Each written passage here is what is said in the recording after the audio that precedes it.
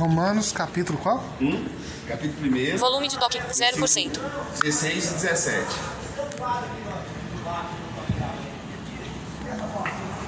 Diz assim: pois não me envergonho do Evangelho, porque é o poder de Deus para a salvação de todo aquele que crê, primeiro do judeu e também do grego, visto que a justiça de Deus se revela no Evangelho, de fé em fé, como está escrito, o justo viverá por fé. Amém? Amém. Bom, então aqui o apóstolo Paulo, ele escreveu, a igreja que estava em Roma, tá? O evangelho começa ali em Israel, em Jerusalém, com Jesus Cristo, tá? Anunciando ali o reino de Deus e se revelando, como o Filho de Deus, como o Messias, tá? Mas a Bíblia diz que ele veio para o que eram os seus, mas os seus não o receberam. Então ele vem primeiro para os judeus. Essa é a questão, que a Bíblia nos mostra, tá? Porque Deus escolheu pela soberania de Deus, não porque os israelitas, os judeus, eles eram melhor do que os outros povos, eles eram pecadores da mesma forma, mas Deus chama Abraão lá em Gênesis, capítulo 12, fala para ele: olha, sai da tua terra e vai para a terra que eu te mostrarei, e de ti farei uma grande nação, e em ti, em tua descendência serão abençoadas todas as nações da terra. Então Deus estava falando já de Jesus, Então Jesus veio da descendência de Abraão para cumprir essa promessa, A gente vê que a Bíblia está sempre cumprindo o que Deus falou.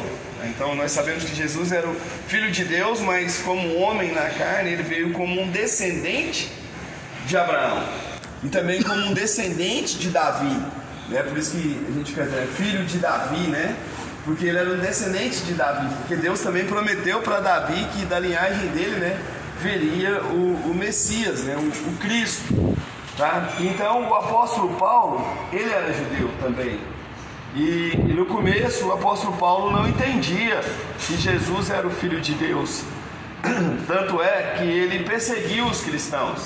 O apóstolo Paulo, ele não seguiu Jesus assim de quando Jesus estava vivo aqui nesse mundo, em carne, antes dele ressuscitar. Nessa época o apóstolo Paulo ele era um judeu. E aí depois que Jesus foi crucificado, no ano 33 aproximadamente, o apóstolo Paulo perseguindo os judeus, então ele tem um encontro com Cristo. Cristo já tinha ressuscitado, já estava sentado à direita de Deus Pai, no céu, mas Cristo fala com o apóstolo Paulo. Ele está indo no caminho a Damasco, e então ele vê lá um grande trovão, com relâmpagos, um grande estrondo, e o apóstolo Paulo naquele trovão ele ouve a voz de Cristo, Aí ele ouve, no livro de Atos está registrado, diz assim: Saulo, Saulo, por que me persegues? E aí ele estava indo a cavalo, ele cai, leva uma queda ali, e ele fala: quem és tu, Senhor? O apóstolo Paulo pergunta, ele não vê Jesus, mas ele ouve e vê e entende que é a voz de Deus. Então quando ele fala: quem és tu, Senhor? Esse Senhor, essa palavra é Kyrios, uma palavra grega que ele usava só para Deus. E aí Jesus fala, eu sou Jesus a quem tu persegues. Então dali para frente a vida do apóstolo Paulo é mudada, transformada, a mentalidade dele. Deus abre os olhos dele, ele fica ali cego por 3 dias. Depois Deus manda um homem chamado Ananias orar por ele, cair como escamas dos olhos dele, e Deus dá todo esse entendimento para ele, que Jesus era o Cristo, o Messias prometido de Deus, que viria da descendência de Abraão, da descendência de Davi, o Salvador. E aí por isso quando ele escreve essa carta aos Romanos, ele fala, não me envergonho do Evangelho. Porque ele fala assim: não me envergonho, porque os romanos, a cultura deles eles tinham apropriado da cultura grega. Então o que era muito forte em Roma era a filosofia, A filosofia buscava o caminho para a salvação, queria entender a vida eterna, o caminho para Deus, mas através do pensamento, através do próprio homem. Eles pensavam assim: se um homem pensar bem, uma mulher for muito inteligente, ele vai pensar bastante, ele vai conseguir descobrir o que tem depois da morte, Qual o destino de todos, né? Então a filosofia ia por esse caminho, tá? E para eles, né, falar que Jesus havia ressuscitado, para os gregos soava como que uma loucura. Eles falavam, não tem como um homem ressuscitar, quem morreu, morreu, não tem isso, né?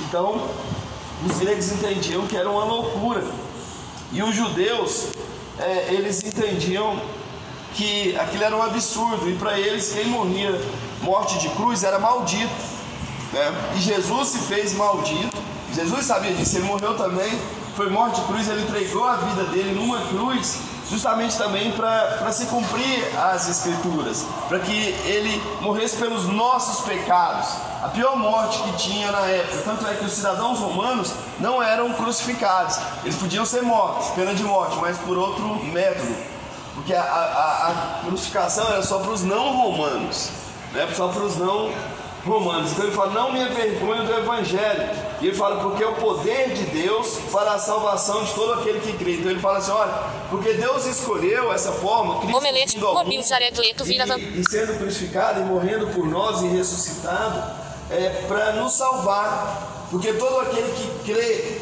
que Cristo é o Filho de Deus, que ele veio a esse mundo, né, e que morreu pelos nossos pecados, que participa dessa aliança. Porque antigamente Deus tinha aliança com o povo de Israel, né? Ele tinha aliança com Abraão, está no livro de Gênesis, né? Ele tinha aliança com Davi, e aqui, através da morte de Cristo, é a nova aliança. Jesus, antes de ser crucificado, ele fala para os discípulos, ele fala assim, ele dá a Santa Ceia, né, a última ceia lá, e pega e dá para os discípulos e fala, olha, como esse pão, né, representa o meu corpo que é dado por vós, fazer isso em memória de mim.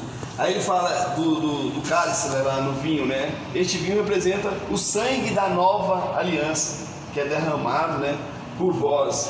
E aí ele manda que as pessoas celebrem a Santa Ceia, né? Então Jesus fez essa aliança. Então o apóstolo Paulo fala, olha, esse é o evangelho, é isso que eu prego, né? Então ele não pregava assim coisas assim da cabeça dele, palavras bonitas, eloquência. O apóstolo Paulo era um homem muitíssimo inteligente, sabe? Muito mesmo, assim, né? Assim, Deus deu esse dom para ele, justamente para usar ele. Ele escreveu 13 livros do Novo Testamento, para vocês terem uma ideia, né? Então, falava grego, aramaico, o Espírito Santo, né, usou o apóstolo Paulo para escrever tudo isso, né? Então já com um propósito. Mas então ele falava o quê? Ele falava, gente, a salvação é por Jesus Cristo, sabe? Eu não chegava e falava de outras coisas assim, então ele falou, não adianta. O único caminho é esse, né? Crer na obra de Jesus Cristo, pelo Evangelho, o Evangelho, né, que é o poder de Deus. E aí ele fala, né, como está escrito, né, o justo viverá por fé. Ele cita esse como está escrito, do livro de Abacuque, né? Abacuque era um profeta do Antigo Testamento, que um dia ele questiona a Deus. Ele fala assim, Senhor, mas o Senhor manda eu falar para o povo mudar de vida, né? Israel, e o povo continua pecando, continua distante do Senhor, continua com idolatria, e o Senhor não faz nada. Que adianta eu ficar falando aí, ninguém está nem aí, o Senhor também não faz nada. E aí Deus fala para ele assim, Abacuque, fica tranquilo, eu já preparei, já viu falar dos babilônios? Aquele povo cruel, aquele povo que não perdoa ninguém, que é mais veloz que a águia. Pois é, esse povo vai vir e vai dar um jeito em Israel. E aí ele, Senhor, mas os babilônios, aquele povo é muito mal, Senhor, mas assim, como que o Senhor, né, assim, sendo um Deus tão bondoso, vai deixar esse povo tomar conta de Israel, né? Mas o povo não é coisa dessa, não, Senhor. E aí Deus pega, né, e fala com ele, mostra assim a grandeza de Deus, né, assim como mostrou para Jó. E aí ele entende que Deus é soberano, Deus está no controle de todas as coisas, e que da parte dele a única coisa que ele deveria fazer, né? Aí ele fala assim, né? Ainda que a figueira não floresça, né? E nem haja fruto na videira, né? E a vaca, né, seja arrebatada do curral, ele fala assim, todavia, né, eu me alegrarei no Senhor, né? Então ele fala assim, olha, aconteça o que acontecer, né? Eu vou esperar no Senhor. Por isso que aí o Abacuque fala, né? O justo viverá pela fé. A ideia é que se nós estamos com Deus, a nossa confiança está nele, e não na circunstância, e não no noticiário, e não no que está acontecendo no mundo. Não é isso que vai nos afetar, porque a nossa esperança está no Senhor, na promessa dele, na promessa de salvação, na promessa que há uma vida eterna, e que isso aqui um dia vai passar mesmo, tá? Mas aqueles que esperam no Senhor, né, a justa recompensa, a coroa, né, da vitória já está reservada, né? Então que nós pensemos nisso, tá? Que nós também não nos envergonhemos do Evangelho. O que a gente tem que falar para as pessoas é justamente isso: olha, só há um caminho, é Jesus Cristo, né? E Ele morreu na cruz para perdoar os nossos pecados.